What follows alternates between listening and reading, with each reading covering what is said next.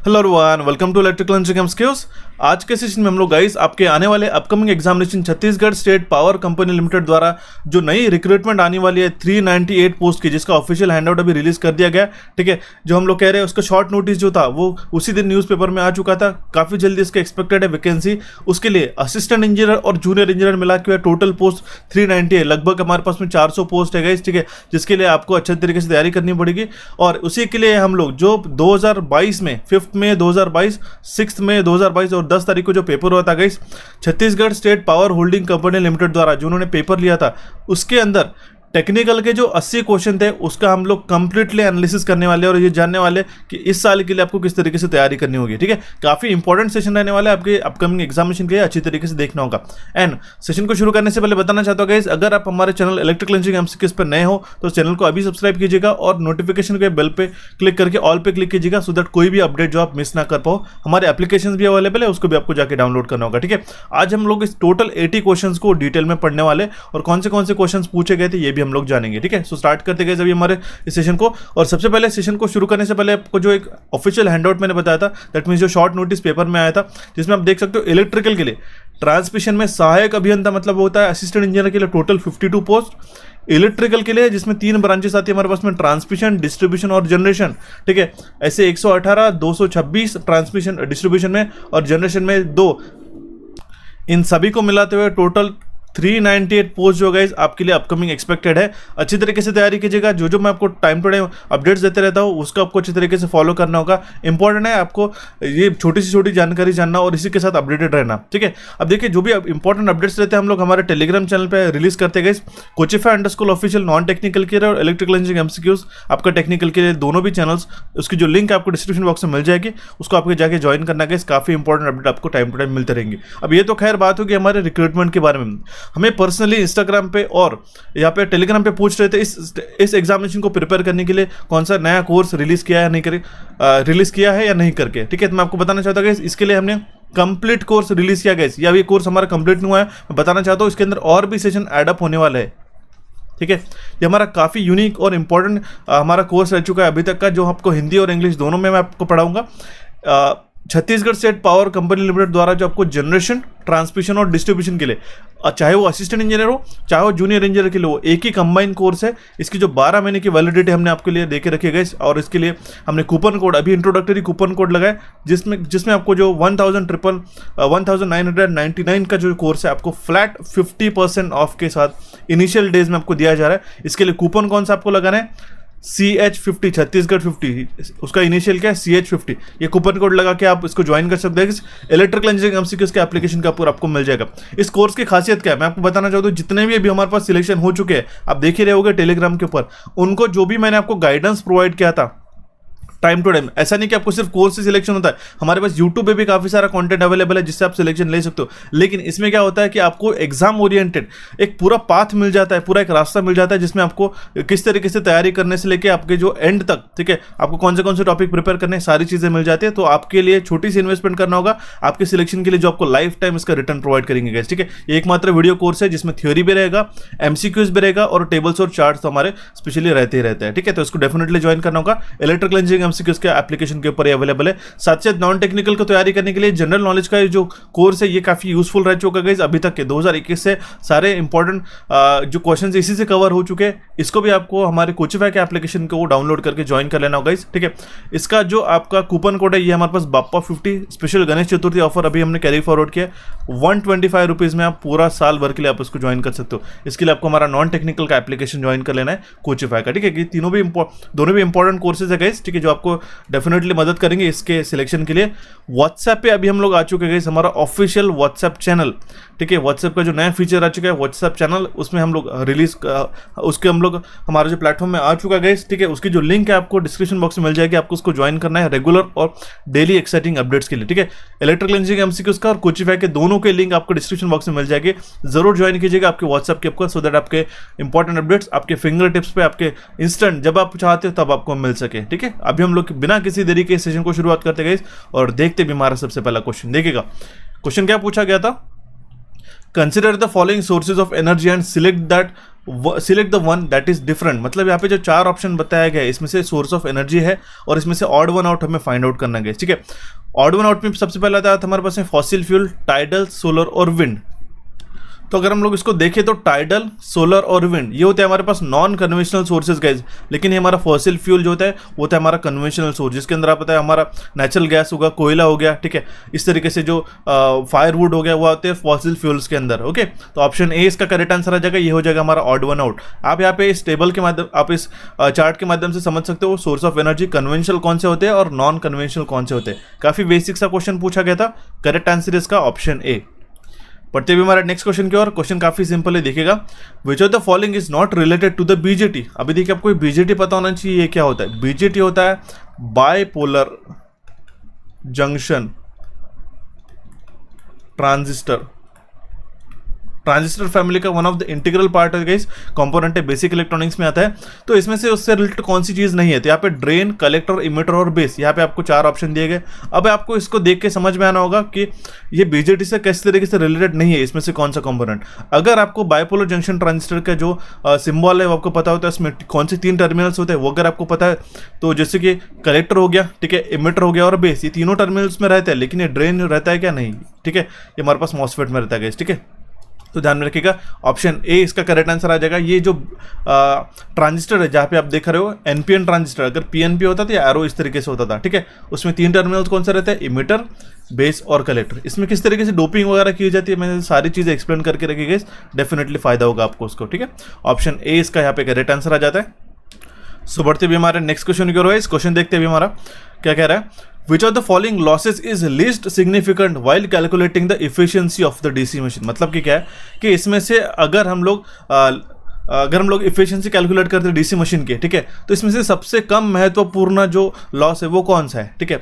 Least significant का मतलब होता है कि उसमें कोई महत्व नहीं है उसका ज़्यादा, ठीक है, वो होने से या ना होने से, ठीक है।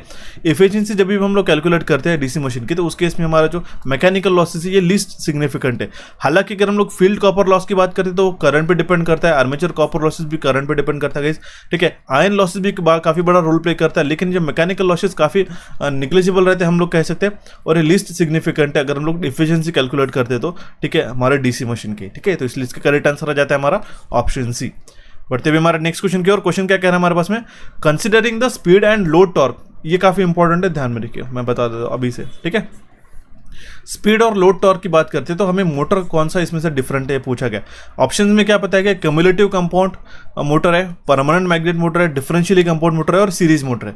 अगर हम लोग एक बात करते हैं, देखते तो जो हमारा डिफरेंशियल कंपाउंड मोटर है, ये जो आप यहाँ पे कैरेक्टरिस्टिक्स देख रहे हो गाइस, ठीक है, ये जो इस तरीके से ये होती है हमारे पास में जो डैश लाइन दिखाई दे रही है हमारे पास रेटेड स्पीड है, ठीक है। इस एक्सिस पे स्पीड है और इस एक्सिस पे हमारे पास टॉर्क है, राइट।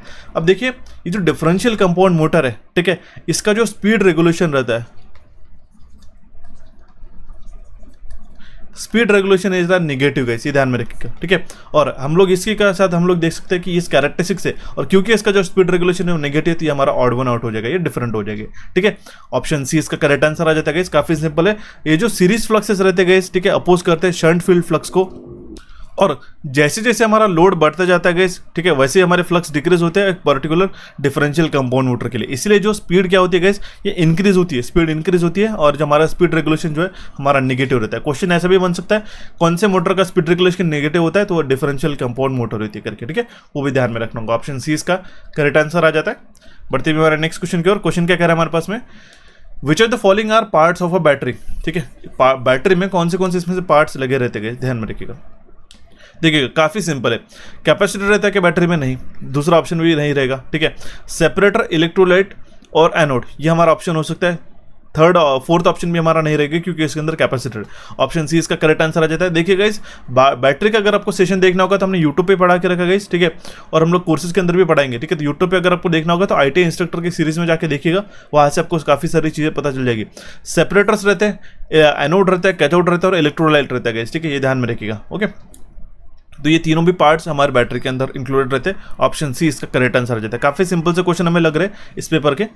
नेक्स्ट क्वेश्चन पूछा गया, for the given circuit assuming the diode is an ideal diode, ठीक है। इस सर्किट के लिए यहाँ पे जो डायोड लगाया गया है ये आइडियल डायोड है। तो आइडियल डायोड को हम लोग कहेंगे तो इसका जो वोल्टेज ड्रॉप रहेगा, ठीक है, आइडियल वोल्टेज ड्रॉप हमारा जीरो ही रहेगा, ठीक है। तो इस केस में हमारा जो वोल्टेज ड्रॉप रहेगा रजिस्टर के अक्रॉस ये कितना रहेगा। अब देखिए जनरली क्या है, सिलिकॉन और जर्मेनियम के लिए इसकी वैल्यू चेंज होती है 0.3 0.7 के लिए, ठीक है। अगर इसका आइडियल वोल्टेज ये जो अगर हमारा आइडियल डायोड है, ठीक है, तो यहाँ से क्लोज स्विच करके वर्क करेगा ना, ठीक है। और यहाँ पे जो हमारा बैटरी सोर्स है और यहाँ पे जो रजिस्टर है इस तरीके से कनेक्ट हो जाएगा। यहाँ पे अगर हमारे पास 20 वोल्ट का सप्लाई आ रहा है तो यहाँ पे जो रजिस्टर है इसके अक्रॉस में कितना वोल्ट आएगा, ठीक है, पूरा का पूरा 20 वोल्ट। ऑप्शन बी इसका करेक्ट आंसर आ जाता है। सिंपल सा क्वेश्चन था। नेक्स्ट क्वेश्चन पूछा गया था fusing current divided by current rating of the fuse. ये जो रेशियो रहता है fusing current to the current rating of the fuse, ठीक है, ये कितना रहता है, it is always greater than 1। ध्यान में रखिएगा ये रेशियो रहता है minimum fusing current and current rating of the fuse. देखिए ध्यान में रखना होगा कि जो मिनिमम फ्यूजिंग करंट है वो हमारा मिनिमम वैल्यू ऑफ करंट रहता है जिसके कारण फ्यूज मेल्ट होता है, ठीक है। तो जो करंट रेटिंग रहेगा हमारे फ्यूज का वो हमारी मैक्सिमम वैल्यू रहेगी, ठीक है। ये जो करंट रेटिंग रहेगी फ्यूज की हमारी मैक्सिमम वैल्यू रहेगी जिसके कारण जो है फ्यूज जो है हमारा मेल्ट नहीं होता है, करेक्ट। तो इसका जो रेशियो बनेगा ये हमारा ग्रेटर देन 1 ही बनेगा ना गाइस, ठीक है। It is always greater than 1, right. तो option D will be the correct answer in this case. बढ़ते हुए हमारा नेक्स्ट क्वेश्चन की ओर। क्वेश्चन क्या कह रहा है, शॉर्ट पिच सिंक्रोनस मशीन के लिए, ठीक है, शॉर्ट पिच सिंक्रोनस मशीन के लिए जो distribution factor multiplied by pitch factor ये कितना रहता है, ठीक है। देखिए ध्यान में रखना होगा शॉर्ट पिच सिंक्रोनस मशीन के लिए जो distribution factor multiplied by pitch factor ये ऑलवेज लेस देन यूनिट रहता है। It is always less than 1 मतलब ये क्या हो गया, यूनिट हो गया, ओके। ऑप्शन जो है सी इसका करेक्ट आंसर आ जाएगा। ध्यान में रखना होगा जो डिस्ट्रीब्यूशन फैक्टर रहता है उसको हम लोग किस तरीके से डिफाइन करते हैं, ratio of phasor sum of all the phasor sum of coil EMF to the arithmetic sum of coil EMF, ठीक है। उसको हम लोग जनरली ब्रेड फैक्टर या फिर केडी के नाम से भी हम लोग इसको जानते हैं, ठीक है। तो ये क्या रहता है जनरली जो डिस्ट्रीब्यूशन फैक्टर है ये इस तरीके से फैक्टर, ये ऐसा फैक्टर हो गया कि रिडक्शन वाला फैक्टर हो गया ईएमएफ में, ठीक है। That means the distribution factor is nothing but the factor by which change in EMF is induced by change in EMF is induced in distributed winding, जो हम लोग कंपेयर करते हैं कॉन्सेंट्रेटेड वाइंडिंग के साथ में। या फिर अगर हम लोग कहें कि उसको हम लोग इस तरीके से भी पता कर सकते हैं कि जो हमारा स्प्रेड फैक्टर हो गया, ठीक है, वाइंडिंग फैक्टर हो गया जो कि ऑलवेज लेस देन यूनिट रहता है, ठीक है। Option C will be the correct answer in this case, right. बढ़ते भी हमारा नेक्स्ट क्वेश्चन की ओर। क्वेश्चन क्या कह रहा है हमारे पास में, अगर टीएल जो है हमारा लोड टॉर्क है, यहाँ पे जो टीएल लिखा है ये लोड टॉर्क है, थीटा जो है हमारा टेम्परेचर राइज है, ओके, एंड टी जो है हमारा टाइम है। ये जो टी है ये टाइम है, ठीक है, एक्स एक्सिस पे, ओके। तो इसमें से कौन सी मोटर की जो ड्यूटी क्लास है does the given graph represent, यहाँ पे जो ग्राफ बताया गया है तो ये कौन से मोटर के लिए ये बताया गया है, ओके। देखिए गाइस जिसकी इंटरमिटेंट पीरियोडिक ड्यूटी रहती है, इंटरमिटेंट मतलब कि रुक रुक के, ठीक है, पीरियोडिक मतलब हर एक समय के बाद में वो एक्चुएट होती है या फिर हम लोग कहेंगे कि उसको शुरू होना पड़ता है, ठीक है, उसको हम लोग कहते हैं पीरियोडिक, ठीक है। पीरियोडिक मतलब क्या कि हर एक साइकिल के बाद में रिपीट होती है, जैसे पीरियोडिक वेवफॉर्म जैसे हम लोग कहते हैं ना, ठीक है। तो ये जो आपको इंटरमिटेंट पीरियोडिक ड्यूटी, आपको इंटरमिटेंट मतलब क्या हो गया, तो देखिए ये जो लोड है, ठीक है, ये कुछ समय के लिए शुरू है फिर कुछ समय के लिए बंद है, फिर कुछ समय के लिए शुरू है फिर कुछ समय के लिए बंद है, ठीक है। इसके कारण क्या हो रहा है कि जब भी हमारा लोड शुरू होता है हमारा जो टेम्परेचर है, अगर हम लोग उसको टेम्परेचर के साथ कंपेयर करते हैं ये हमारा बढ़ रहा है, ठीक है। फिर हमारा लोड जीरो हो रहा है तो फिर से हमारा टेम्परेचर घट रहा है, ठीक है। फिर से हमारा क्या हो रहा है, लोड हमारा बढ़ रहा है, लोड हम लोग यहाँ पे दे रहे हैं, ठीक है, तो फिर से हमारा टेम्परेचर बढ़ रहा है, फिर से कम हो रहा है, इस तरीके से। तो ये कौन सी ड्यूटी होगी, intermittent periodic duty. Option C इसका यहाँ पे करेक्ट आंसर आ जाता है, ठीक है। पढ़ते हुए हमारा नेक्स्ट क्वेश्चन की ओर गाइस। क्वेश्चन क्या हमारे पास, state whether the following statements are true और फॉल्स। इसमें से स्टेटमेंट सही है या गलत है, दो स्टेटमेंट में से पूछना गया, आपको पता करना होगा। काफी सिंपल है, silent pole rotor alternator have a non uniform air gap, ठीक है, ये ध्यान में रखिए। जो साइलेंट पोल रोटर रहता है गाइस, ठीक है, इस तरीके से यहाँ पे जो चारों भी एंड पे हमारे पास में साइलेंट पोल्स रहते हैं, ओके। तो इसमें क्या है, नॉन यूनिफॉर्म गैप रहती है, करेक्ट, नॉन यूनिफॉर्म गैप रहती है, तो ये हमारा स्टेटमेंट करेक्ट हो जाएगा। साइलेंट पोल रोटर अल्टरनेटर मतलब कि क्या है, देखिए दो तरीके के रोटर्स रहते हैं, एक तो रहता है साइलेंट पोल और रहता है हमारे पास सिलेंड्रिकल, ठीक है। तो साइलेंट पोल रोटर के अल्टरनेटर जो रहते हैं वो मैकेनिकल रोबस्ट रहते करके ऐसा बोला गया, लेकिन ये स्टेटमेंट गलत हो जाएगा। ये मैकेनिकल रोबस्ट नहीं रहते, सिलेंड्रिकल रोटर मैकेनिकल रोबस्ट रहते गए, ठीक है, क्योंकि इसमें यूनिफॉर्म एयर डिस्ट्रीब्यूशन होने के कारण है, यूनिफॉर्म मैकेनिकल स्टेबिलिटी होने के कारण जो है हम लोग इसको हाई स्पीड पे यूज नहीं कर सकते। तो स्टेटमेंट क्या हो जाएगा हमारा करेक्ट, ऑप्शन बी, ओके। बढ़ते हुए हमारे नेक्स्ट क्वेश्चन की ओर गाइस। क्वेश्चन काफी सिंपल है, देखना होगा power factor of the pure capacitive circuit divided by power factor of a pure resistive circuit का, ठीक है। प्योर कैपेसिटिव सर्किट की बात कर रहे हैं, power factor divided by power factor of pure resistive. Pure capacitive circuit का जो कॉस फाई रहता है वो कितना रहेगा, 0 गाइस, ठीक है। प्योर रेजिस्टिव सर्किट का आपको पता है जो पावर फैक्टर रहता है वो रहता है हमारा 1, ठीक है। तो 0 डिवाइड बाय 1 ये कितना हो जाएगा हमारा 0। ऑप्शन सी इसका यहाँ पे करेक्ट आंसर आ जाता है। ठीक है, नेक्स्ट क्वेश्चन है guys, demand factor multiplied by connected load, economics of power generation. Economics of power generation, इसका यूट्यूब पे मैंने काफ़ी पॉपुलर सेशन अपलोड करके रखा है, नहीं देखा होगा तो जाके जरूर देखिएगा, उसमें मैंने सारी चीज़ें पढ़ाई। जो demand factor multiplied by connected load, ये किसका रेशियो रहेगा, इक्वल्स टू क्या आएगा, इक्वल्स टू आएगा हमारे पास मैक्सिमम डिमांड। क्यों मैं बता रहा हूँ, डिमांड फैक्टर क्या होता है गाइस, ध्यान में रखूंगा, maximum demand upon connected load. ठीक है, अब देखिए यहाँ पे हमने क्या लिखा, अगर हमने मैक्सिमम डिमांड लिखा और ये कनेक्टेड लोड इसके नीचे आ गया तो क्या हो जाएगा, डिमांड फैक्टर का रेशियो। डिमांड फैक्टर का जो रेशियो रहता है it is always less than 1। छोटा सा होमवर्क दे रहा हूँ, कौन से फैक्टर का जो है कौन से फैक्टर का जो रेशियो रहता है, ठीक है, जो ऑलवेज ग्रेटर देन 1 रहता है, मुझे जरूर कमेंट बॉक्स में कमेंट करके बताइए। ठीक है, सेशन पसंद आ रहा है तो सेशन को लाइक भी करते चलिएगा गाइस, अगर अब तक सब्सक्राइब नहीं किया तो सब्सक्राइब भी करिएगा, काफी इंपॉर्टेंट मैं अपडेट और इस तरीके से सेशन आपके लिए प्रोवाइड करते रहूंगा। ठीक है, क्वेश्चन क्या हमारे पास, which of the following is used to avoid moisture increase in the oil tank in a transformer. ठीक है, ट्रांसफार्मर के अंदर, ठीक है, मॉइस्चर इंक्रीज जो होता है, ठीक है, जो मॉइस्चर आता है ऑयल टैंक के अंदर, ठीक है, उसको अवॉइड करने के लिए क्या यूज़ किया जाता है, उसको हम लोग ब्रीदर कहते हैं। ठीक है, ये ब्रीदर क्या रहता है, जो मॉइस्चर इंक्रीज रहता है ऑयल टैंक के अंदर, ठीक है, ट्रांसफार्मर के अंदर, उसको अवॉइड करने का काम कहता है गाइस। ठीक है, ऑप्शन सी इसका करेक्ट आंसर आ जाएगा। ठीक है, ये फ्यूज, रिले, ठीक है, कंजर्वेटर नहीं रहेगा। ठीक है, कंफ्यूज नहीं होना है, ब्रीदर इसका करेक्ट आंसर है। मैंने काफ़ी बेसिक वे में समझा दिया। ठीक है, इसका डिटेल एक्सप्लेनेशन हम लोग ट्रांसफार्मर के सेशन में डिस्कस कर लिएगा गाइस। ठीक है, आपको सिर्फ मैं आपको प्रीवियसली किस तरीके से क्वेश्चन पूछे गए इसलिए उसको क्विकली कवर करने की कोशिश कर रहा हूँ। ठीक है, तो आपको मैं डिटेल में जरूर पढ़ाऊंगा इसका। ठीक है, काफ़ी सिंपल है। ठीक है, मॉइस्चर इंक्रीज होने के लिए अवॉइड करने के लिए जो कंपोनेंट यूज किया जाता है ट्रांसफार्मर में वो रहता है हमारा ब्रीदर। ऑप्शन सी इसका करेक्ट आंसर आ जाता है।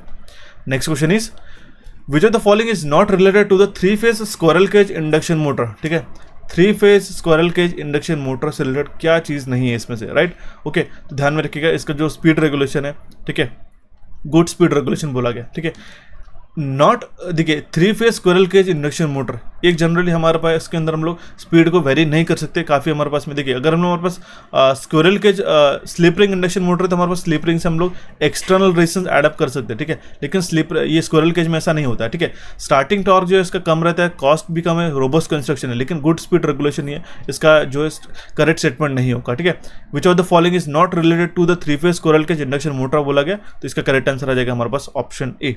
ओके, बढ़ते हुए हमारे नेक्स्ट क्वेश्चन की ओर गाइस। क्वेश्चन क्या है हमारे पास में, for the given curve, okay देखिएगा क्वेश्चन में क्या बताया गया है, फॉर द गिवन कर्व अगर हमारा अल्फा जो है एक्सेलरेशन है इन किलोमीटर पर आवर पर सेकंड, किलोमीटर पर आवर पर सेकंड ऐसा रहता है। ठीक है, और बीटा जो है हमारा रिटार्डेशन है किलोमीटर पर आवर पर सेकंड, तो हमारा बीटा का वैल्यू कितना होगा ऐसा हमें यहाँ पे पूछा गया। ओके, अब देखिएगा यहाँ पे जो है अल्फा जो एक्सेलरेशन है, बीटा जो है रिटार्डेशन है। ओके, तो जो हमारा टोटल टाइमिंग रहता है, ठीक है, एक्चुअल रनिंग टाइम रहता है ट्रेन का, वो किस तरीके से रहेगा guys, T will be equals to क्या हो जाएगा, T1 plus T2 plus T3। ठीक है, ये टोटल टाइम हो गया T1, T2 और T3, राइट। तो हमारा जो T1 का जो फॉर्मूला रहेगा, T1 क्या रहता है हमारे पास में, Vm बाय अल्फा। ठीक है, T3 का जो वैल्यू रहेगा वो रहेगा हमारे पास में Vm बाय बीटा। ओके, और T2 का जो वैल्यू हमारे पास निकलते आता है वो आता है T minus Vm by alpha plus Vm by beta. ठीक है, क्या पूछा गया, बीटा का वैल्यू पूछा गया। अब हमारे पास में बीटा ये निकालना है तो हम लोग इसको मॉडिफाई करते हैं, beta will be equals to क्या हो जाएगा, Vm by T3। Okay, Vm by T3 option में गिवन है सी। ठीक है, इसलिए इसका करेक्ट आंसर आ जाता है हमारे पास ऑप्शन सी। सिंपल सा क्वेश्चन था।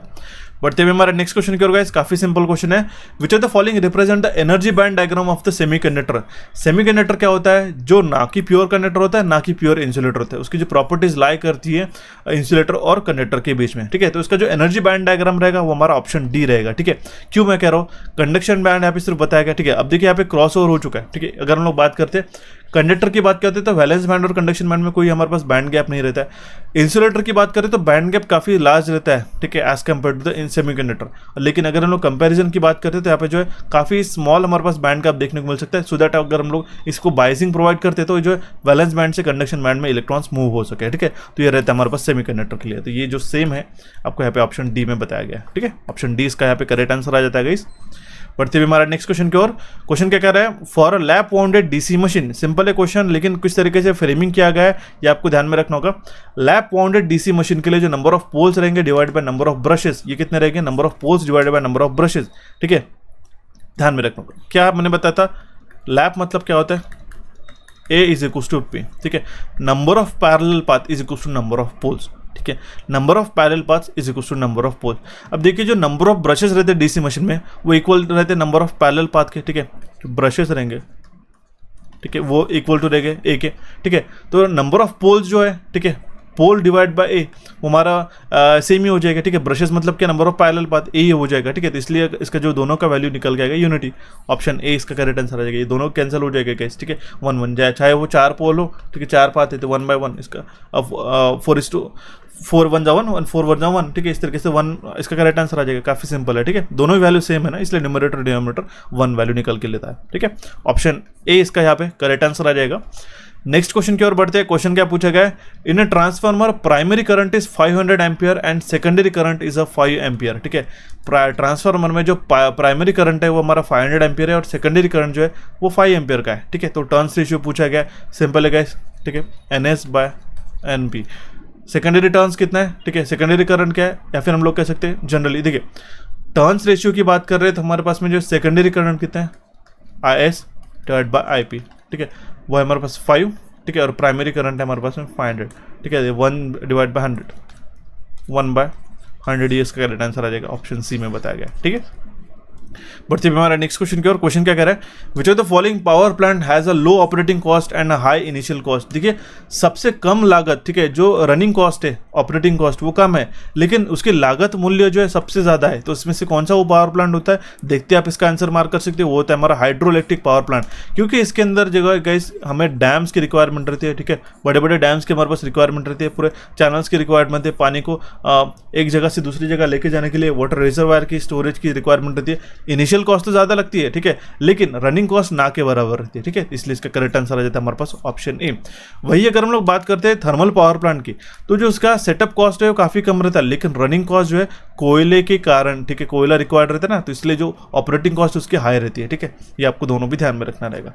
ऑप्शन ए इसका करेक्ट आंसर आ जाता है। नेक्स्ट क्वेश्चन है, string efficiency is a function of which of the following.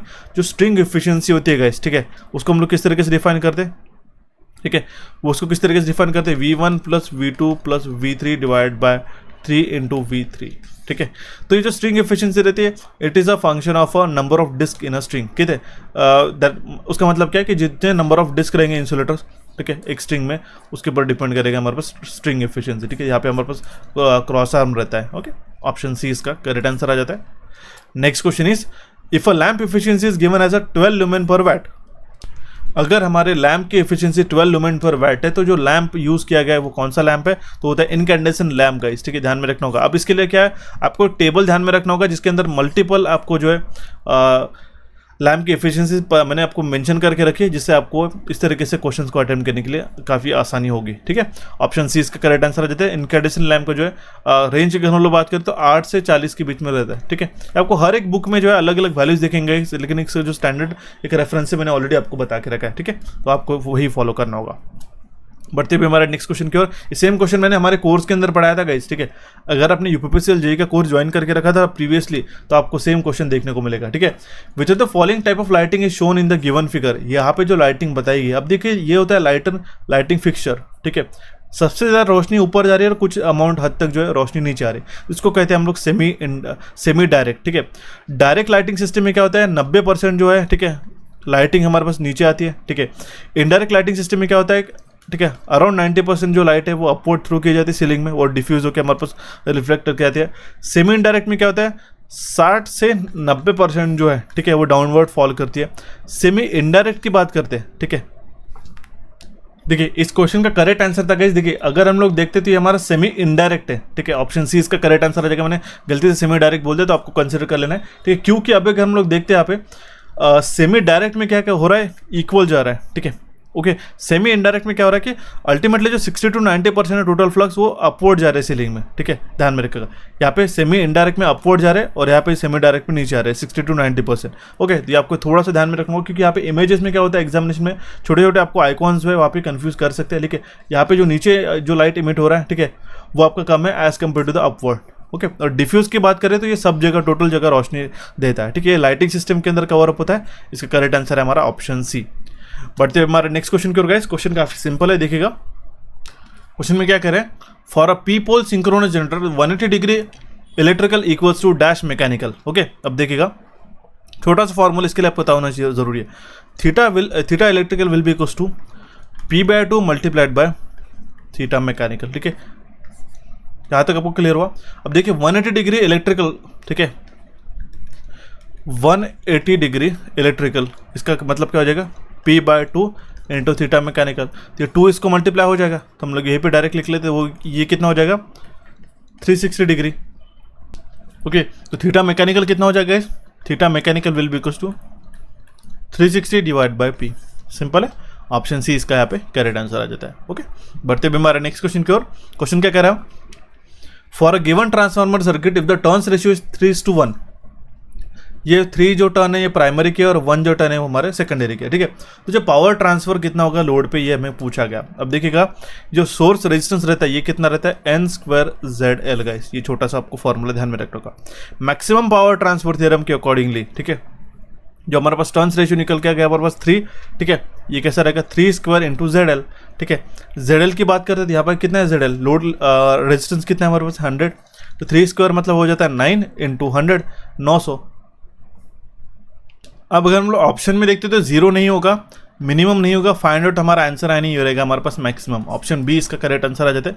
थोड़ा सा ऑप्शन इसका करेक्ट होना चाहिए था गाइस, पर जो ऑप्शन है उसके अकॉर्डिंगली इसका करेक्ट आंसर मैं बता देता हूँ। ठीक है, बढ़ते हुए हमारे नेक्स्ट क्वेश्चन की ओर। क्वेश्चन क्या कह रहा है, an ideal PN diode when reverse biased behaves like which of the following. Simple है, ये एज अ परफेक्ट इंसुलेटर करके वर्क करता है। मैं क्यों कह रहा हूँ, इंसुलेटर में करंट कंडक्ट होता है कि नहीं, उसी तरीके से अगर हम लोग फॉरवर्ड बायस डायोड की बात करते हैं तो ये एज अ क्लोज्ड स्विच करके वर्क करता है। ठीक है, अगर हम लोग इसको इस तरीके से सप्लाई प्रोवाइड करते तो, लेकिन वही अगर हम लोग रिवर्स बायस की बात करते तो इसमें से करंट फ्लो होना शुरू हो जाता है। ठीक है, late me change the colour. ठीक है, अभी हमने क्या किया, एनोड को नेगेटिव और इसको पॉजिटिव सप्लाई प्रोवाइड किया, तो ये हो गया हमारे पास में रिवर्स बायस कंडीशन। तो ये एज अ ओपन स्विच करके वर्क करता है। ठीक है, तो ये इसके का मतलब क्या हो जाएगा, यहाँ पे से कोई करंट फ्लो हो रहा है क्या, नहीं, एज अ वो परफेक्ट इंसुलेटर करके वर्क कर रहा है। सिंपल सा क्वेश्चन है, option B will be the correct answer in this case.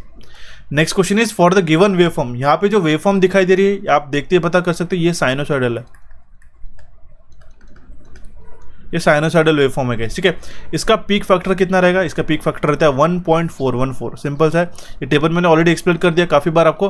जो क्रेस्ट फैक्टर है फिर पीक फैक्टर रहता है साइन वेव का, वो रहता है 1.414, ट्रायंगुलर का 1.732 रहता है, सॉटूथ का 1.732। ओके, साइन का रहेगा 1.11, ये जो फॉर्म फैक्टर रहेगा 1.11, ट्रायंगुलर का पूछा जाता है 1.154, स्क्वायर वेव का 1 रहता है, तीनों भी आरएमएस वैल्यू का फैक्टर है, और क्रेस्ट फैक्टर और फॉर्म फैक्टर ये तीनों भी 1 रहते हैं। ये एग्जामिनेशन में क्वेश्चन बनता है, ध्यान में रखना होगा। ऑप्शन सी इसका करेक्ट आंसर आ जाता है।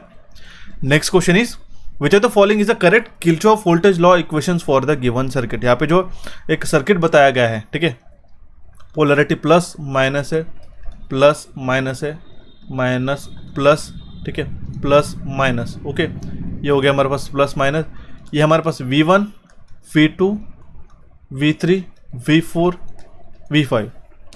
ओके, पोलैरिटीज आपको समझ में आ गई, मैं इरेज कर देता हूँ सो दैट आपको क्लियरली दिख सके। अगर हम KVL की बात करते हैं तो गाइस, तो ये जो पोलैरिटी है, ठीक है, प्लस माइनस और ये जो प्लस माइनस, ये इस लूप में जो हो रही है, ठीक है, ये ऐड हो रही है। ठीक है, मतलब कि क्या है, V2 plus V3 plus V5 will be equals to, अब देखिए ये जो हो रही है V1 और V4 ये एडिशन हो रही है यहाँ पे। ठीक है, तो जगह V1 प्लस V4। ठीक है, तो इसका करेक्ट आंसर आ जाएगा हमारे पास option 1 V1 plus V4 plus V2 plus V3 plus V5। Option A will be the correct answer. Okay, बढ़ते हुए हमारे नेक्स्ट क्वेश्चन की ओर। क्वेश्चन क्या है हमारे पास, connecting a low resistance in parallel to the coil circuit of an instrument used for which of the following application. देखिए मैंने आपको बताया था, अगर हमें एमीटर की रेंज एक्सटेंड करनी होगी तो हम लोग उसमें लो वैल्यू ऑफ रेजिस्टेंस, ठीक है, ये लो वैल्यू ऑफ रेजिस्टेंस जो है उसके पैरेलल में कनेक्ट कर दें, जिसके कारण क्या होता है, इस एमीटर की जो है हम लोग रेंज एक्सटेंड कर सके। ओके, तो ये किसके लिए यूज़ किया जाएगा, for extending the range of an ammeter. वही अगर हम लोग वोल्टमीटर की बात करते हैं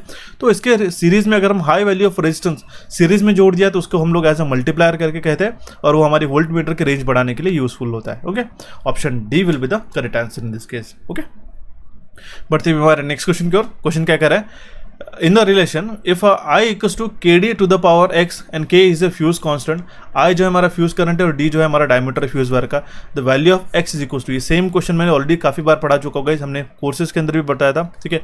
आई विल बी, सबसे पहला ही क्वेश्चन है इनफैक्ट ये, ठीक है। I will be equals to K raise to power D divide by K multiplied by D to the power 3/2, 3/2 का वैल्यू कितना होता है 1/5, 1.5, ऑप्शन डी इसका करेक्ट आंसर आ जाता है। ये जो x का वैल्यू रहता है ये 3.3/2 या फिर 1.5 हम लोग लिख सकते हैं, ठीक है।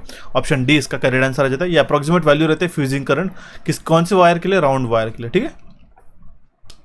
सो बढ़ते हुए हमारे नेक्स्ट क्वेश्चन की ओर गाइस, क्वेश्चन क्या कह रहा है हमारे पास में, in the case of PVC cable the acronym PVC stands for, PVC का फुल फॉर्म क्या होता है, पॉलीविनिल क्लोराइड, ठीक है। पॉलीविनिल क्लोराइड पीवीसी इंसुलेशन रहता है उसके ऊपर, ठीक है। ऑप्शन ए इसका करेक्ट आंसर आ जाता है। काफी सिंपल है गाइस, ठीक है। ये आपको इससे बेसिक क्वेश्चन में भी घुमा फिरा के पूछा जा सकता है गाइस। प्लास्टिक विनिल क्लोराइड, ये आपको अभी देखते वक्त जैसे मैं पढ़ा रहा हूँ काफी ईजी लग रहा है, लेकिन यही आप काफी सारे एस्पिरेंट जो है इसमें मिस्टेक्स करके आते हैं जो आपको बिल्कुल भी नहीं करनी है, ठीक है। ध्यान में रखिएगा, ऑप्शन ए इसका करेक्ट आंसर आ जाएगा।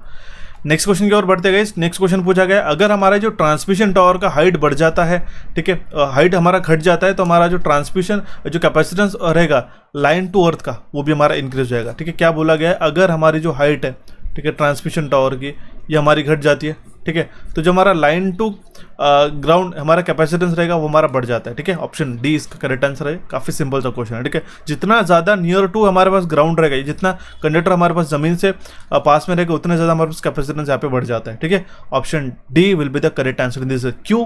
क्योंकि यहाँ पे जो एयर रहती है, जहाँ पे हवा रहती है, ठीक है, ये जो लाइव कंडक्टर और इस ग्राउंड के बीच में या ऐसा डायइलेक्ट्रिक मीडियम करके वर्क करती है, ध्यान में रखना होगा, ठीक है। ऑप्शन डी इसका करेक्ट आंसर आ जाता है। नेक्स्ट क्वेश्चन है, for the given figure according to the Lami's theorem, ठीक है, लामिस थ्योरम के अकॉर्डिंग। अब देखिए पूरा का पूरा पेपर जो है डिप्लोमा के बेसिस पे पूछा गया, ये बात ध्यान में रखिएगा। पूरा का पूरा पेपर जो है डिप्लोमा के बेसिस पे हमारा, ठीक है। p by sine x equals to y by sine beta equals to z by sine y। Lami's theorem क्या बताता है, when the three forces acting at a point are in equilibrium, तो हर एक फोर्स जो रहता है प्रोपोर्शनल रहेगा sine of the angle between other two forces, okay. तो इसलिए इसका रेशियो क्या बनता है, p by sine alpha which is equals to q bye sine beta which is equals to r by sine alpha, ठीक है। तो यहाँ पे जो अल्फा की बात कर रहे हैं, ठीक है, ओके, तो यहाँ पे जो x की बात कर रहे हैं, ठीक है, तो ये x कौन सा हो जाएगा, साइन x, इसका मतलब क्या हो जाएगा, ये हो जाएगा x क्या है हमारे पास में अल्फा, ठीक है। दूसरा है y की बात करें तो ये y यहाँ पे हमारे पास न्यूमरेटर में, तो y जो है हमारा है q, ठीक है। और z की बात करें, ठीक है, z की बात करें तो ये जो z है हमारा, ये है न्यूमरेटर का हमारे पास r, ठीक है। करेक्ट आंसर आ जाएगा हमारे पास ऑप्शन बी। अगर आपको ये डिप्लोमा में अगर आपने ये अच्छी तरीके से पढ़ के रखा गया इस लामिस थ्योरम का, ये स्ट्रेट फॉरवर्ड सिर्फ इक्वेशन भी अगर आपको पता है तो ऐसे बेसिक से क्वेश्चन भी आप अटेम्प्ट कर सकते थे, ठीक है, आप देख सकते हो। सो बढ़ते हुए हमारे नेक्स्ट क्वेश्चन की ओर। क्वेश्चन पूछा गया है, काफी सिंपल है। रेशियो पूछा गया है, barrier potential of silicon divide by barrier potential of germanium, approximately ratio कितना आएगा। अब देखिए इसके लिए बैरियर पोटेंशियल सिलिकॉन का, ठीक है, वो कितना होता है, वो होता है 0.7। जर्मेनियम का कितना रहता है, वो रहता है 0.3, ओके। 0.7 डिवाइड बाय 0.3, ठीक है, तो अराउंड 2 पॉइंट समथिंग आएगा, ओके। तो इसके लिए इसका अप्रोक्सीमेट वैल्यू कितना रहेगा, 2। ऑप्शन डी इसका करेक्ट आंसर आ जाएगा। क्वेश्चन का फ्रेमिंग के ऊपर ध्यान में रखिएगा, कॉन्सेप्ट अगर आपको समझ में आते हैं तो कोई इसमें दिक्कत नहीं जाती है, ये बात आपको ध्यान में रखना होगा, ओके। बढ़ते हुए हमारे नेक्स्ट क्वेश्चन की ओर। सो देखिएगा नेक्स्ट क्वेश्चन क्या कह रहा है हमारे पास में। क्वेश्चन में बताया गया, with usual notation the given symbols are related to the which of the following law, VIR, Ohm's law की बात कर रहे हैं हम लोग, ठीक है। करंट मतलब क्या हो जाएगा, वोल्टेज डिवाइड बाय रेजिस्टेंस, ठीक है। रेजिस्टेंस मतलब क्या हो जाएगा, वोल्टेज डिवाइड बाय करंट, और voltage will be equals to current divide multiplied by resistance. Simple है, ऑप्शन सी इसका करेक्ट आंसर आ जाता है। देखते हैं इसको आप आंसर मार्क कर सकते हो। Next question is the resistance of a coil 220 volt 400 watt of a electric lamp is what, ठीक है। कॉइल के रेजिस्टेंस की बात करें, अब देखिए रेजिस्टेंस दो तरीके से निकाल सकते हैं। जो हमारे पास ड्रॉप रहता है गाइस, वो रहता है हमारे पास I2R, या फिर हम लोग इसको लिख सकते हैं V2/R, ओके। पावर ड्रॉप कितना है हमारे पास में, 400 वाट है, ठीक है। पूछा गया रेजिस्टेंस, ओके। वोल्टेज कितना है, 220 इंटू 220 हो जाएगा, ठीक है, डिवाइड बाय रेजिस्टेंस। रेजिस्टेंस हमारे पास में यहाँ पे जो हमें अननोन है निकालना है, ठीक है। R will be equals to 220 multiplied by 220 divide by 400। ये 0 0 कैंसिल आउट हो जाएगा यहाँ पे, ठीक है। ये 2 हो जाएगा यहाँ पे जाएगा 11, ठीक है। ये आ जाएगा हमारे पास में 2, यहाँ पे जाएगा 11, ओके। तो 11 मल्टीप्लाइड बाय 11 कितना हो जाएगा, 121। ऑप्शन बी इसका करेक्ट आंसर आ जाता है। नेक्स्ट क्वेश्चन की ओर चलते guys. For the given circuit find the V naught by I. ठीक है, अब यहाँ पे जो वी नॉट है ये वोल्टेज ड्रॉप है across this 2 ohm resistor. Okay, और आई जो है ये करंट की वैल्यू हमें निकालनी है। करंट की वैल्यू निकालने के लिए काफ़ी सिंपल है, सीरीज सर्किट है, दोनों भी रेजिस्टर को जोड़ देते हैं। टोटल वोल्टेज कितना है 12 वोल्ट, 4 + 2 कितना आ जाएगा हमारे पास में 12/6 2 एम्पियर। टोटल करंट हमारा निकल के आया आई का value 2 ampere. Okay, V naught का अगर हम लोग वी नॉट की बात करें तो इसके अक्रॉस का वोल्टेज ड्रॉप किस तरीके से निकालेंगे। करंट कितना है हमारे पास 2 एम्पियर का, रेजिस्टेंस कितना है 2 ओम्स का, तो आ जाएगा हमारे पास में 4 वोल्ट। ओके, 4 वोल्ट है, वोल्टेज आ गया, दैट मीन्स वी नॉट का वैल्यू आ गया 4 वोल्ट। ठीक है, तो वी नॉट का वैल्यू आ गया हमारे पास में 4, और यहाँ पे आई नॉट का जो आई का जो वैल्यू है हमारे पास में 2, क्या आ जाएगा 2, 2 1 ज़ा 2, 2 2 ज़ा 4। ऑप्शन डी इसका करेक्ट आंसर आ जाता है। Next question is in a three phase induction motor the number of rotor slots are. Three phase induction motor पे जो नंबर ऑफ रोटर स्लॉट्स रहते हैं वो कितने रहते हैं, it is less than the stator. क्यों मैं इसका कह रहा हूँ, क्योंकि जो कॉगिंग का फिनोमेना होता है, कॉगिंग क्या होता है, जो मैग्नेटिक लॉकिंग होती है स्टेटर और रोटर पोल्स की, उसको अवॉइड करने के लिए हम लोग स्क्यूइंग वगैरह करते हैं। तो इस कॉगिंग को अवॉइड करने के लिए जो स्टेटर और रोटर के जो रोटर स्लॉट्स रहते हैं वो कभी भी इक्वल नहीं रहते हैं। ठीक है, ध्यान में रखना होगा। ऑप्शन ए इसका करेक्ट आंसर आ जाता है। नेक्स्ट क्वेश्चन की ओर बढ़ते हैं। Which of the following motor for which of the following is a turns ratio equals to the 1। इनमें से कौन सी इसके लिए टर्न्स रेशियो इक्वल टू 1 रहेगा। ठीक है, वो रहता है आइसोलेशन ट्रांसफार्मर के लिए, कि उसका टर्न्स रेशियो जो है 1:1 रहता है। ठीक है, आइसोलेशन पर्पस के लिए हम लोग इसको यूज़ करते हैं। ऑप्शन बी इसका करेक्ट आंसर देते हैं। आइसोलेशन की जरूरत क्यों कहते हैं मैं आपको बता दूं। अगर आप कह सकते हो कि सर यहाँ पे आइसोलेशन ट्रांसफार्मर का तो यहाँ पे 1/1 है, तो इसका सिग्निफिकेंस क्या है। अगर यहाँ पे हैवी करंट है फिर सर्ज आता है तो ये पूरा का पूरा यही फर्स्ट वाइंडिंग के डैमेज करेगा। ठीक है, सेकंड वाइंडिंग तो वो इतना डैमेज नहीं अफेक्ट करेगा। ठीक है, तो इसलिए हम लोग आइसोलेशन ट्रांसफार्मर का इस्तेमाल करते हैं। अगर आइसोलेशन ट्रांसफार्मर नहीं रहता है then it can directly impact the other equipment as well. ठीक है, तो ऑप्शन बी इसका करेक्ट आंसर आ जाता है। काफ़ी सिंपल से क्वेश्चन लग रहे हैं, 2018-19 में हम लोग पढ़ाया करते थे जो प्रीवियसली पूछे गए थे करके, तो ये भी 2022 में भी पूछे गए थे। Okay, next question is fire और फ्लैश पॉइंट जो है ये कौन से पावर प्लांट से जुड़े हुए हैं, ऐसा पूछा गया। डीजल, न्यूक्लियर, सोलर और हाइड्रो। देखिए सोलर और हाइड्रो की बात ही छोड़ दो, न्यूक्लियर में हमारे पास में न्यूक्लियर रिएक्टर्स वगैरह रहते हैं, तो ये डीजल पावर प्लांट से जुड़े हुए गए। ठीक है, जो फ्लैश पॉइंट रहता है फ्लेमेबल लिक्विड का, ये लोवेस्ट टेम्परेचर रहता है जहाँ पे जो है इग्नाइटेबल मिक्सचर जो है प्रोड्यूस होता है। ठीक है, और जो फायर पॉइंट रहता है ये फ्यूल का वो ऐसा टेम्परेचर होता है जहाँ पे वो कंटिन्यू करता है बर्न, अगर वो इग्निशन जो है 5 सेकंड तक भी रहता है तो। ठीक है, तो दोनों भी पॉइंट इंपॉर्टेंट है, ध्यान में रखने का। डीजल पावर प्लांट से जुड़े हुए हैं। Option A will be the correct answer in this case. Next question is which of the following is a measuring unit of voltage. Voltage को हम लोग जूल्स पर कूलम के यूनिट से भी उसको काउंट कर सकते हैं, ये अल्टरनेट यूनिट होता है इसका। Option D. Next question is which of the following is related to the functioning of an isolator. Isolator क्या करता है गाइस। ठीक है, आइसोलेटर जो है ये नो लोड कंडीशन में ऑपरेट होता है और साथ ही साथ जो है सेफ्टी आइसोलेशन प्रोवाइड करता है और मेंटेनेंस के लिए। अगर हम लोग बात करते हैं एक हेल्थी सिस्टम है और आपको जो इसको प्रॉपरली आइसोलेट करना होगा, ठीक है, फ्रॉम लाइव पार्ट। ठीक है, यहाँ पे जो भी पर्सन है पर्सनल ऑपरेट कर रहा है, ठीक है, उसको कंप्लीट पीस ऑफ माइंड से इसको ऑपरेट करना है, सो दैट इसमें कोई भी इलेक्ट्रिकल लाइव कनेक्शन ना रहे, तो इसलिए आइसोलेटर का इस्तेमाल किया जाता है, जो कि नो लोड कंडीशन में ऑपरेट होता है। अगर कहीं मेंटेनेंस है, रिपेयर है या फिर नया सिस्टम इंस्टॉल कर रहे तो आइसोलेटर का यहाँ पे इस्तेमाल किया जाता है। ओके, ऑप्शन डी इसका करेक्ट आंसर आ जाएगा। Next question is with the usual notation which of the following equations can measure the power factor using 2 wattmeter method. 2 wattmeter method से हमें पावर फैक्टर अगर मेजर करना होगा तो वो कौन सा रहेगा, इसका फॉर्मूला क्या रहेगा, वो रहेगा हमारे पास tan इनवर्स ऑफ, ठीक है, tan inverse of √3 into W1 minus W2 divide by W1 plus W2। ठीक है, ये हो गया। Option D will be the correct answer in this case. Next question is which of the following is a switch. ठीक है, इसमें से कौन सा एक स्विच है, सर्किट ब्रेकर, आइसोलेटर, रिले या फिर फ्यूज। देखिएगा ये रिले और फ्यूज नहीं हो सकता। ठीक है, सर्किट ब्रेकर को हम लोग एज ए स्विच करके यूज़ करते क्या, नहीं। हालांकि ऑन लोड और ऑफ लोड अगर हम लोग ऑपरेट करना चाहे तो यूज़ कर सकते हैं, लेकिन इसमें से स्विच की बात करें तो हम लोग जनरली आइसोलेटर को भी स्विच करके कह सकते हैं। ठीक है, ठीक है, तो ऑप्शन बी इसका करेक्ट आंसर आ जाएगा। सीधा सीधा ये आइसोलेट कर देता है हमारे पास हेल्थी सिस्टम को। ठीक है, या फिर हम लोग कहते हैं जो लाइव सिस्टम है, अगर हमें डेड सिस्टम से अगर आइसोलेट करना होगा या फिर जहाँ पे हमारे पास मेंटेनेंस हो रहा है, काफ़ी सिंपल है। आइसोलेटर का जो टर्मिनोलॉजीज कह रहे हैं वो एज ए स्विच करके जो है हम लोग यूज़ करते हैं। ओके, ऑप्शन बी इसका करेक्ट आंसर आ जाएगा।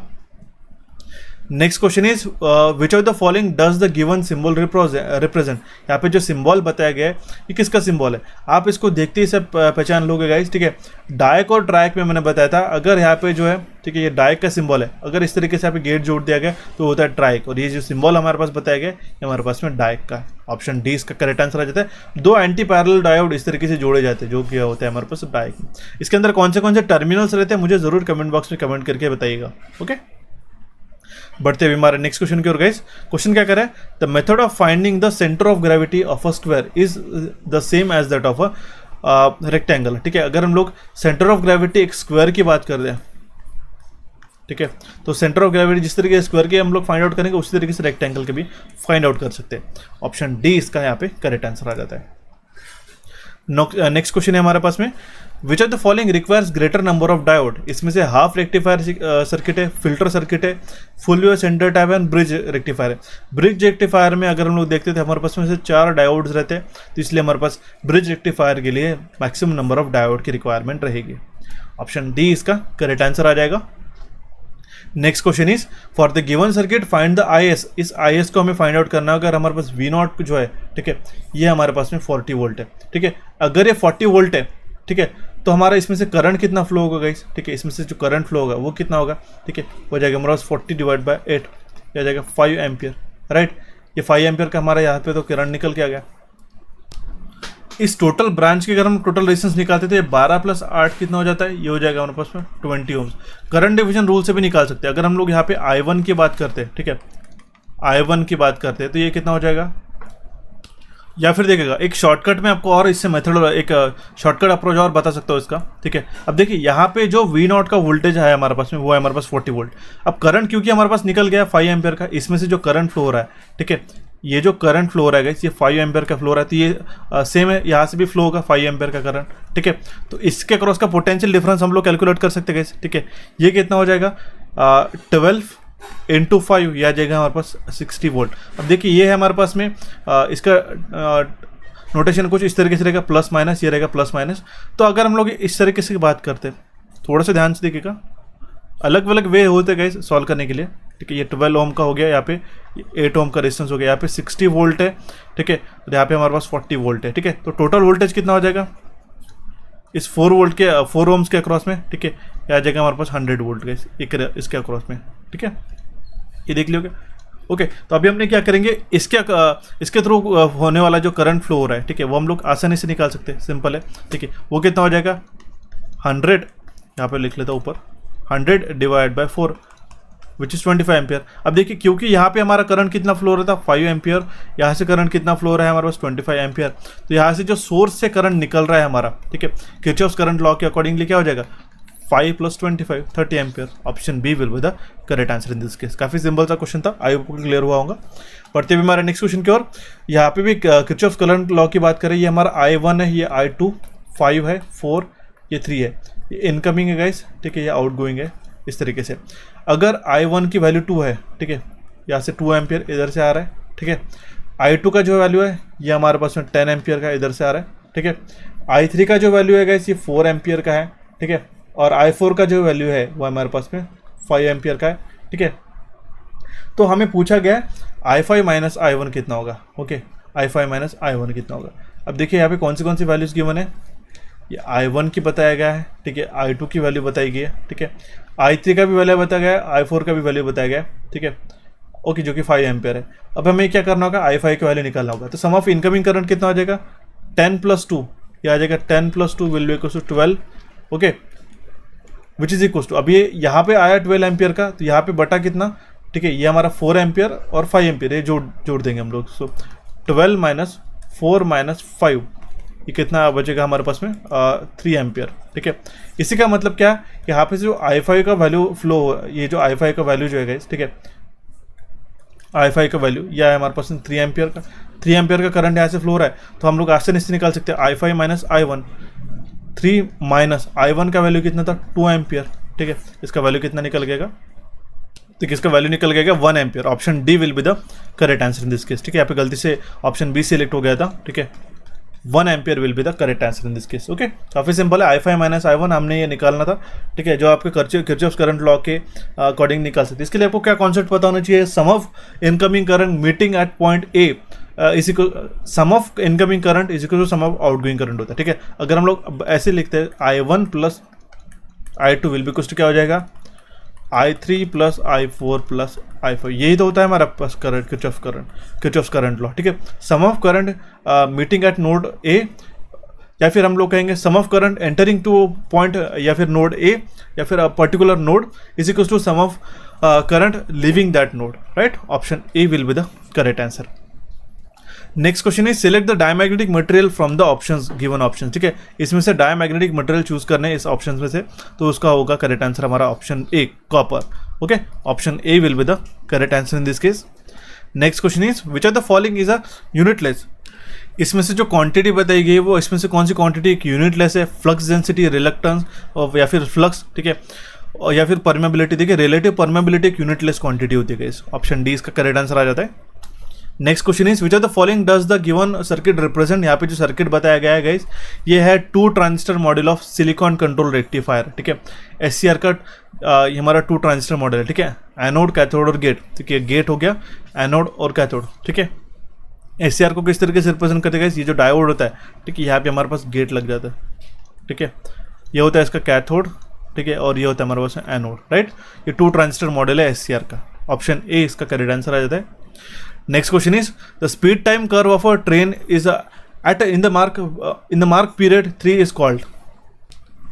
यहाँ पे जो स्पीड टाइम कर्व है, यहाँ पे जो मार्किंग की गई 3 पे, इस पॉइंट पे, ठीक है, ये कौन सा पीरियड है गाइस, ये होता है फ्री रनिंग पीरियड होता है, ठीक है। मैं आपको बताता हूँ यहाँ पे ये 1 जो है, ठीक है, यहाँ O से लेके अगर हम लोग यहाँ पे A तक की बात करते हैं, यहाँ से यहाँ तक के, ठीक है, तो ये रहता है हमारे पास कांस्टेंट एक्सेलरेशन, ये पीरियड जो रहता है गाइस, ये भी मैंने करा के रखा गाइस, काफ़ी सारे क्वेश्चन में ऑलरेडी करा के रखे, हालांकि काफ़ी इजी पेपर लग रहा है हमें।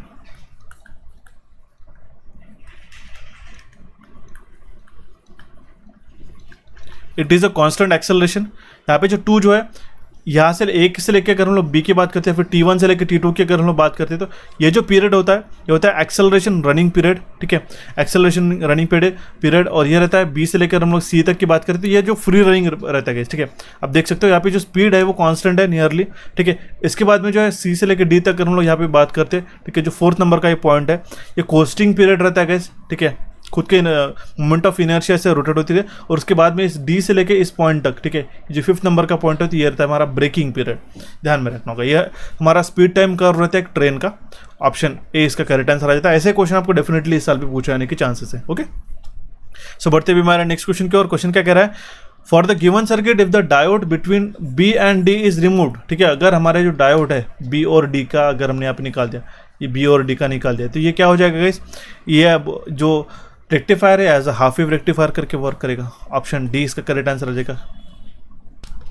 क्योंकि यहाँ पे सिग्निफिकेंस क्या रहेगा, ये जो D1 और D4 एक ही पोलैरिटी में एक ही लाइन में कनेक्टेड है, ठीक है, इस तरीके से, right.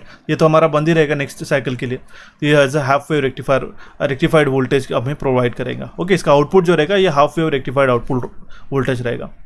Next question is L T raise to the power -1 ये डायमेंशनल किसका फॉर्मूला है, किसका डायमेंशनल फॉर्मूला है, ये वेलोसिटी का फॉर्मूला है, ठीक है, वेलोसिटी का डायमेंशनल फॉर्मूला है। L T raise to the power -1 volume का, एरिया का, एंगुलर वेलोसिटी, कुछ आपको पता होना जरूरी होता है, ठीक है। प्रेशर, सरफेस टेंशन, ये आपके उन्हें बेसिक बता के रखा, फिजिक्स में आपको पूछा जाता है, ठीक है। डिप्लोमा के फर्स्ट ईयर में हालांकि टॉपिक्स पूछे जाते थे आपको, और वहीं से आपको क्वेश्चन पिकअप करके पूछे गए। ओके, सो बढ़ते हुए हमारे नेक्स्ट क्वेश्चन की ओर। Which of the following is an intermediate power plant, इसमें से कौन सा एक इंटरमीडिएट पावर प्लांट है, तो वो हमारा solar power plant, option A will be the correct answer, right. Next question is in the given figure अगर हमारा टी जो है, ये जो टी है, ये इसके आउटर में जो आपको दिखाई दे रहा है, ये किसका थिकनेस है, ठीक है। अगर हम लोग कहेंगे यहां से लेके पूरा जो आउटर में आपको दिखाई दे रहा है, ये हमारा थिकनेस है ऑफ द आइस, इसके ऊपर जो है बर्फ चढ़ी रखी है, ठीक है। और यहाँ पे जो नीचे है, ये जो सेंटर कोर मिल रहा है, ये हमारा कंडक्टर है, ठीक है। तो volume of ice per unit length हमें पूछा गया है, ये हमें निकालना होगा, ठीक है। तो इसका फॉर्मूला क्या रहेगा, ये रहेगा हमारे पास pi T in bracket D plus T, simple है, option C will be the correct answer in this case. ठीक है, ये जो सैग की कंडीशन में एक थोड़ा सा सब पॉइंट पूछ रहे थे, थोड़ा डिटेल में क्वेश्चन है लेकिन जरूर एक इंपॉर्टेंट क्वेश्चन लगा हमारे आज के सेशन में से। ठीक है, थोड़ा सा डिटेल में पूछा गया था, option C will be the correct answer in this case. Okay, so बढ़ते हुए हमारे नेक्स्ट क्वेश्चन की ओर, which of the following can measure the AC current directly, इसमें से कौन सा जो है एसी करंट को डायरेक्टली मेजर कर सकते हैं? इसको हम लोग कहते हैं टोंग टेस्टर। इसके अंदर अगर हमने इस तरीके से अगर हमने कंडक्टर के ऊपर ये टोंग लगा दिया, ठीक है, तो हम लोग इसमें से डायरेक्ट करंट मेजर कर सकते हैं। ये इसी मल्टीमीटर को हम लोग कहते हैं टोंग टेस्टर। ऑप्शन डी इसका करेक्ट आंसर आ जाता है। Next question is which of the following drive is shown in the given figure. अब देखिए यहाँ पे एक ही मोटर जो है, इसका एक शाफ्ट है, ठीक है, ये अलग अलग मेन शाफ्ट को, अलग एक मेन शाफ्ट हो गया, इससे कनेक्टेड है, ठीक है, और एक काउंटर शाफ्ट भी जुड़ा हुआ है इसके साथ, ठीक है, या अलग अलग मशीन्स को ऑपरेट करे। मशीन्स मतलब क्या हो गया, ये इसको घुमा नहीं रही, ये जो मोटर है ये इसको घुमा रही है शाफ्ट को, और ये हमारा शाफ्ट घूम रहा है, फिर से एक हमारा शाफ्ट घूम रहा है। इसके कारण जिसके कारण हमारी अलग अलग मशीन वर्क कर रही है। ये होती है हमारे पास में, अगर हम लोग कहेंगे कि अगर हमारा जो प्राइम मूवर है, ठीक है, या फिर मोटर है, वो नंबर ऑफ मशीन टूल्स को एक कॉमन शाफ्ट पे जोड़ के रखता है, उसको हम लोग कहते हैं ग्रुप ड्राइव। ऑप्शन बी इसका करेक्ट आंसर आ जाता है। ठीक है, जिसको हम लोग शाफ्ट ड्राइव करके भी जानते गए, ये ध्यान में रखना होगा। Okay, option B will be the correct answer in this case. Next question is, यहाँ पे जो सर्किट बताया गया है इक्विवेलेंट सर्किट, ये डेल्टा कनेक्टेड है, ठीक है, इस पॉइंट पे अगर हम लोग यहाँ पे अगर इसको जोड़ देते हैं तो ये सेम ही रहेगा। ठीक है, ऑप्शन ए इसका करेक्ट आंसर आ जाता है। काफी सिंपल सा क्वेश्चन था, अलग ही। Next question is calculate the operating power factor of the given circuit. मैं आपको ये एज अ होमवर्क करके दे रहा हूँ, काफी सिंपल है। आर का वैल्यू है 30 ओम्स का और एक्सी का वैल्यू है 40 ओम्स का, अगर आपको नहीं दिखाई दे रहा होगा। 200 वोल्ट का सप्लाई, 50 हर्ट्ज का फ्रीक्वेंसी है। ठीक है, करेक्ट आंसर है इसका ऑप्शन डी, आप इसको जरूर अटेम्प्ट कीजिएगा। नेक्स्ट क्वेश्चन इज, ये क्वेश्चन भी मैंने अभी रिसेंटली हमारे कोर्स के अंदर पढ़ाया गया। ठीक है, VAWT का फुल फॉर्म क्या होता है? ठीक है, विंड टर्बाइन से रिलेटेड है, तो इसका फुल फॉर्म होता है वर्टिकल एक्सिस विंड टर्बाइन, जिसमें हमारे पास में 7 ईयर्स आते हैं। मॉडर्न बेसिकली देखिए ये हॉरिजॉन्टल एक्सिस विंड टर्बाइन हो गया बोलना। ठीक है, ये गिरोमिल या फिर डेरियस जो है वर्टिकल एक्सिस विंड टर्बाइन, ये दोनों इसके टाइप्स रहते हैं। 7 ईयर्स या फिर गिरोमिल या फिर Darius wind vertical axis wind turbine, ये दोनों वर्टिकल एक्सिस के हैं। ठीक है, और ये हमारा हॉरिजॉन्टल एक्सिस विंड टर्बाइन है। ठीक है, modern horizontal axis wind turbine, तो इसके फुल फॉर्म भी ध्यान में रखना होगा। ऑप्शन सी इसका करेक्ट आंसर आ जाता है। नेक्स्ट क्वेश्चन इज, इसका बाइनरी एडिशन करना है गाइस। ठीक है, ये क्या है 1 0 1 1 1 0, यहाँ पे हमारे पास में 1 1 1 1 0 1।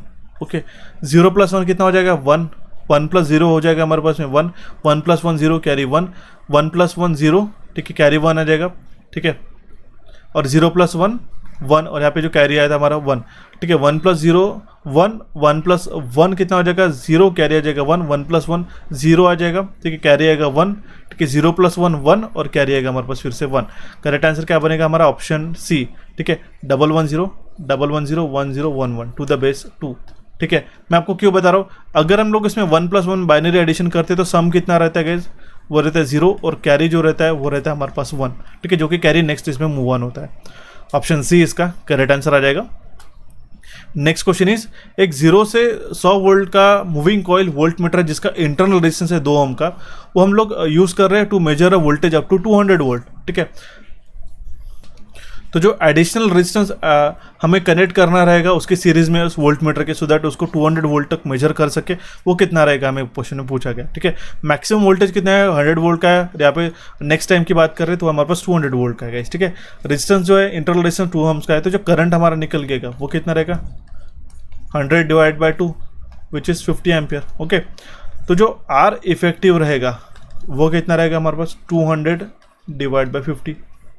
ओके, 200 / 50, तो वो हमारा कितना निकल के आएगा? 4 ओम्स का। अब देखिए, पहले तो 50 एम्पियर हमने निकाल लिया नॉमिनल पे। ठीक है, क्योंकि इसका इंटरनल रेजिस्टेंस 2 है, तो जो स्टैंडर्ड करंट रहेगा हमारे पास आए वो रहेगा हमारे पास 50 एम्पियर्स का, राइट। इफेक्टिव की बात करते हैं, रेजिस्टेंस जो इफेक्टिव रहेगा वो हमारे पास 200 वोल्ट के लिए हम लोग इस 50 एम्पियर से डिवाइड करते तो हमारा नया रेजिस्टेंस भी निकल के आएगा। तो जो एडिशनल रेजिस्टेंस रहेगा वो कितना रहेगा? R effective minus R in. ठीक है, तो इफेक्टिव कितना है? 4 - 2 ओम्स। ऑप्शन डी इसका करेक्ट आंसर आ जाता है। सिंपल सा क्वेश्चन है गाइस। ठीक है, next question is, study the given figure and select the reactor system shown in from the given option. ठीक है, यहाँ पे एक रिएक्टर सिस्टम बताई गई है, वो कौन सी रिएक्टर सिस्टम है? बस बार रिएक्टर है गाइस। ठीक है, it is known as a bus bar reactor. Okay, option D will be the correct answer in this case. Next question is to which of the following stroboscopic effect is not related. ठीक है, तो इनकैंडेशन और जो halogen light रहती है उसमें stroboscopic effect काफ़ी ना के बराबर देखने को मिलता है और कि उसमें मिनिमम फ्लिकर रहती है। क्यों? क्योंकि जो थर्मल रेडिएटर रहते हैं वो गाइस, उसको हम लोग कहते हैं थर्मल रेडिएटर। ठीक है, थर्मल रेडिएटर, और उसकी लॉन्ग परसिस्टेंस रहता है। ठीक है, उसका थर्मल कैपेसिटी ज़्यादा होने के कारण जो टंगस्टन फिलामेंट रहता है ना, उसका जो लॉन्ग परसिस्टेंट मतलब कि लंबे समय तक वो गर्म रहता है ना। ठीक है, इसलिए उसका जो स्ट्रोबोस्कोपिक इफेक्ट काफ़ी ना के बराबर हमें देखने को मिलता है। ठीक है, तो उसका करेक्ट आंसर आ जाता है हमारे पास ऑप्शन ए। सबसे ज़्यादा हमारे पास में फ्लोरेसेंट लैम्प में स्ट्रोबोस्कोपिक इफेक्ट देखने को मिलता है, हमारे पास फ्रीक्वेंसी कम ज़्यादा होती है तो। ओके, नेक्स्ट क्वेश्चन हमें पूछा गया था विच of the following is not an application of high resistivity material. High resistivity material क्या हम लोग ओवरहेड ट्रांसमिशन लाइन में यूज़ करते हैं क्या? नहीं गाइस। ठीक है, ओवन में, स्टार्टर में और हीटर में। ये क्यों यूज़ करते हैं? क्योंकि हम लोग क्या करते हैं, हाई रेजिस्टेंस को क्या करते हैं, अगर हमारे पास में टेम्परेचर है, ठीक है, इसमें से जो I²R जो ड्रॉप होता है इसके कारण हीट जनरेट होती है और उस हीट का ही हम लोग इस्तेमाल करते हैं। ठीक है, अलग अलग क्वांटिटीज़ को या फिर अलग अलग सब्सटेंस को गर्म करने के लिए। ओवन में क्या करते हैं हम लोग, फूड गर्म करते हैं। स्टार्टर्स हो गया। ठीक है, अगर हमारे पास कोल्ड स्टार्टिंग कंडीशन होती है तो उसके लिए भी हम लोग यूज़ करते हैं। हीटर में भी हम लोग गर्म पानी को करने के लिए इस रजिस्टर्ड कॉइल का इस्तेमाल करते हैं जो हाई रेजिस्टेंस का रहता है। ठीक है, ओवरहेड ट्रांसमिशन में नहीं लगता है। ऑप्शन ए इसका करेक्ट आंसर आ जाता है। अब ये मत कहना कि सर ओवरहेड ट्रांसमिशन लाइन में इंसुलेटर रहता है करके, गलत हो जाएगा। Next question is if the roughness of the conductor surface is increase. ठीक है, अगर हमारे पास कंडक्टर सरफेस की रफनेस बढ़ जाती है तो उसके कारण कोरोना इंसेप्शन वोल्टेज क्या होगा, हमें पूछा गया है। तो कोरोना इंसेप्शन वोल्टेज हमारा डिक्रीज हो जाएगा। ऑप्शन ए इसका करेक्ट आंसर आ जाता है गाइस। ठीक है, बढ़ते हुए हमारे नेक्स्ट क्वेश्चन की ओर। सिंगल फेज एसी सर्किट के अंदर reactive power to the apparent power का रेशियो कितना बनेगा? ठीक है, रिएक्टिव पावर वो रहता है हमारे पास VAR। ठीक है, वो रहता है VAR। अपैरेंट पावर कितना रहता है हमारे पास? VAR को हम लोग किस तरीके से लिखते हैं? VI sin फाई या फिर थीटा या फिर फाई हम लोग लिख सकते हैं। अपैरेंट पावर रहती है VI कैंसिल हो गया, साइन थीटा हमारे पास करेक्ट आंसर आ जाएगा। या फिर साइन फाई भी कह सकते हैं। इस पावर ट्रायंगल की मदद से आप समझ सकते हो कॉस फाई, साइन फाई और टैन फाई क्या होता है करके। अगर हम लोग अपैरेंट पावर, ये जो हाइपोटेनस रहता है ये रहता है हमारे पास अपैरेंट पावर VM में, जिसको हम लोग मेजर करते हैं। रियल पावर रहता है वैट में, रिएक्टिव पावर रहता है kVAR में guys. Option B will be the correct answer in this case. ठीक है, यहाँ तक आपका क्लियर हुआ। बढ़ते हुए हमारा नेक्स्ट क्वेश्चन की ओर। क्वेश्चन क्या करे, the given truth table represent which of the following. यहाँ पे जो ट्रूथ टेबल बताया गया है ये कौन से लॉजिक गेट का ट्रूथ टेबल है? कंडीशन क्या हो रही है, 0 के समय में हमें 1 मिल रहा है, बाकी तीनों कंडीशन में हमारा 0 मिल रहा है गाइस। तो होता है पर नॉर गेट में। क्यों और गेट की बात करते हैं? ठीक है, कुछ इस तरीके से रहता है गाइस। ठीक है, और गेट ये A B और ये हो गया हमारे पास Y। तो 0 0 0 1 1 0 1 1 की कंडीशन में तो ये तीनों भी कंडीशन के लिए आउटपुट 1 रहता है और यहाँ पे 0 रहता है। उसी का अपोजिट क्या रहता है गाइस, 1 0 0 0। ये नॉर की कंडीशन में रहता है, नॉर में यहाँ पे बबल लग जाता है। सिंपल है, option D will be the correct answer in this case. Next question is 8600 kilo calorie मतलब क्या हो जाता है, होता है 10 kWh। ओके, सो बढ़ते हुए हमारे नेक्स्ट क्वेश्चन की ओर गाइस। क्वेश्चन काफी सिंपल था, 8600 kilo calorie will be equal to 10 kWh। Question क्या है हमारा next, the voltmeter are connected in a series across a 240 volt supply. The resistance of the voltmeter A and B are 5 kilo ohm and 10 kilo ohm respectively. क्या बताया गया, एक 240 volt का हमारे पास supply है। ठीक है, यहाँ पे एक वोल्टमीटर जोड़ा गया है, वोल्टमीटर 1, दूसरा एक वोल्टमीटर जोड़ा गया है, वोल्टमीटर 2। ठीक है, इसका जो रेजिस्टेंस है वो हमारे पास 5 है और 10 किलो ओम रिस्पेक्टिवली। ठीक है, ओके, तो रीडिंग ऑफ द मीटर है divide by reading of meter B, ये क्या होगा हमें क्वेश्चन में पूछा गया। अब देखिएगा गाइस, जो करंट रहेगा इस सर्किट से वो हमारा किस तरीके से रहेगा। ठीक है, वो रहेगा हमारे पास 240 डिवाइड बाय इनका टोटल रेजिस्टेंस कितना है हमारे पास में 10, या फिर हम लोग लिखेंगे 5 + 10 किलो ओम्स। ओके, तो 240 डिवाइड बाय 15 किलो ओम्स की बात कर रहे हैं। ठीक है, के ओम्स।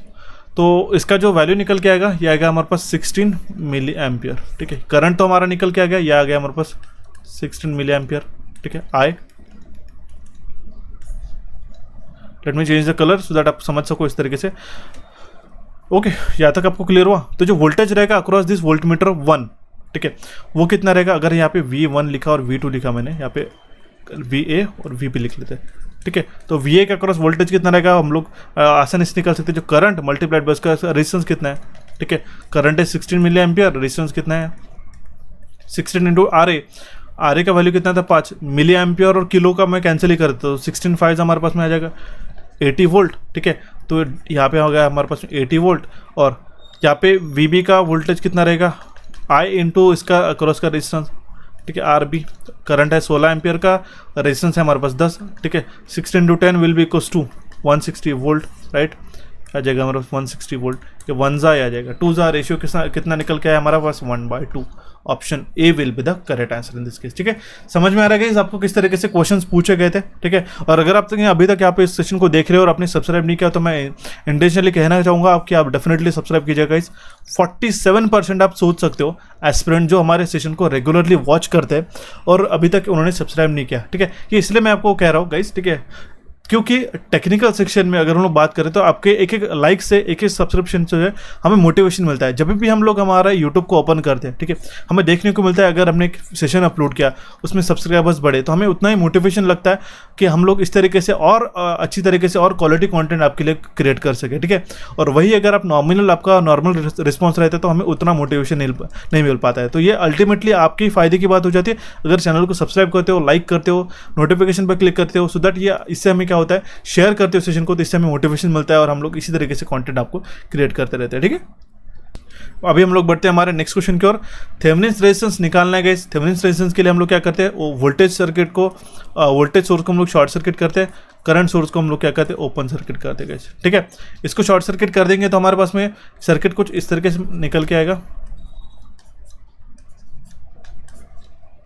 ठीक है, ये हो गया हमारे पास ए और बी, यहाँ पे 6 और यहाँ पे आ जाएगा 3 और यहाँ पे आ जाएगा हमारे पास 3। ये 3+3 सीरीज में है। ठीक है, तो आ जाएगा 6 पैरेलल 6, ये 6 के पैरेलल में आ जाएगा, 6 parallel 6 will be equal to 3 ओम।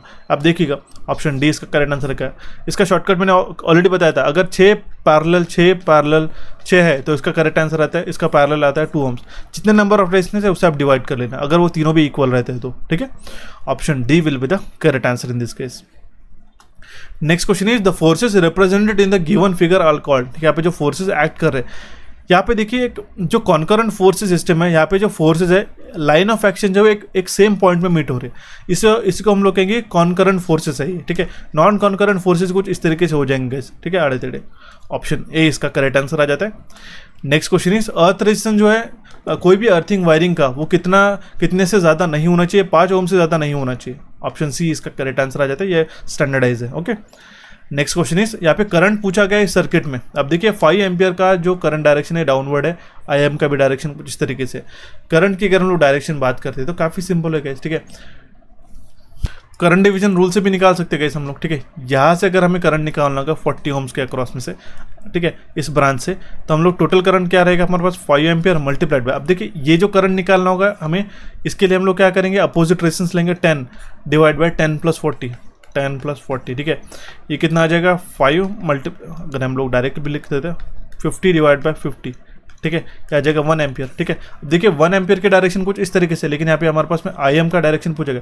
ये जो करंट का डायरेक्शन अभी हमने लिया था ये इस तरीके से कंसिडर किया था, हालांकि ये डाउन था गाइस। ठीक है, इसलिए 1 एम्पियर ना आते हुए इसका -1 एम्पियर इसका करेक्ट आंसर आ जाएगा। ठीक है, बढ़ते हुए हमारे नेक्स्ट क्वेश्चन की ओर गाइस। ठीक है, ये एज अ होमवर्क की तरह दे रहा होगा, डेफिनेटली इसको अटेम्प्ट कीजिएगा। इस गिवन सर्किट में y बार ये क्या हो रहेगा ये हमें पूछा गया। ये NAND लॉजिक गेट है, यहाँ पे भी हमारे पास NANड लॉजिक गेट है। इसका करेक्ट आंसर तो हालांकि मैं मेंशन करा देता हूँ, लेकिन ज़रूर इसको प्रैक्टिस करके बताइएगा।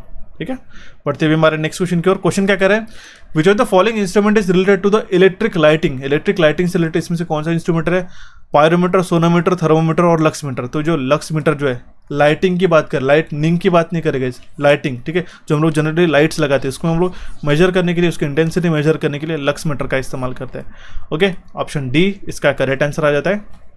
नेक्स्ट क्वेश्चन पूछा गया, यहाँ पे व्हीटस्टोन ब्रिज बताया गया गाइस। ठीक है, अगर पी का वैल्यू 900 है, ठीक है, क्यू का वैल्यू जो है हमारे पास में 300 है, ठीक है, एस का जो वैल्यू है, ठीक है, वो है हमारे पास में 15 ओम का। ठीक है, तो RX का वैल्यू कितना रहेगा ये हम लोग निकाल सकते हैं। ठीक है, ये अगर व्हीटस्टोन ब्रिज जो अगर बैलेंस रहता है तो उसकी कंडीशन क्या रहेगी, PRX will be equals to QX।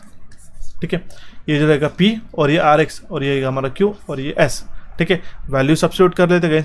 RX का वैल्यू निकालने के लिए क्या करना पड़ेगा, Q इंटू S। Q का वैल्यू कितना है हमारे पास 300 इंटू S का वैल्यू है 15। पी का वैल्यू कितना रहेगा हमारे पास में 900, 1 ज़ा 3 ज़ा, ठीक है, आ जाएगा और 5 ज़ा। ओके, आर एक्स का वैल्यू निकल के आया 5 ohms। Option D will be the correct answer in this case. Okay, बढ़ते हुए हमारा नेक्स्ट क्वेश्चन की ओर। Which of the following is true for common emitter configuration C, CB और सीसी। ये 3 कॉन्फ़िगरेशन रहते हैं हमारे बायपोलर जंक्शन ट्रांजिस्टर के। तो इसमें से कौन सा उसके लिए एक वैलिड ये रहेगा, फॉर्मूला रहेगा बीटा का, ठीक है, बीटा का फॉर्मूला रहेगा collector current to the base current, ठीक है।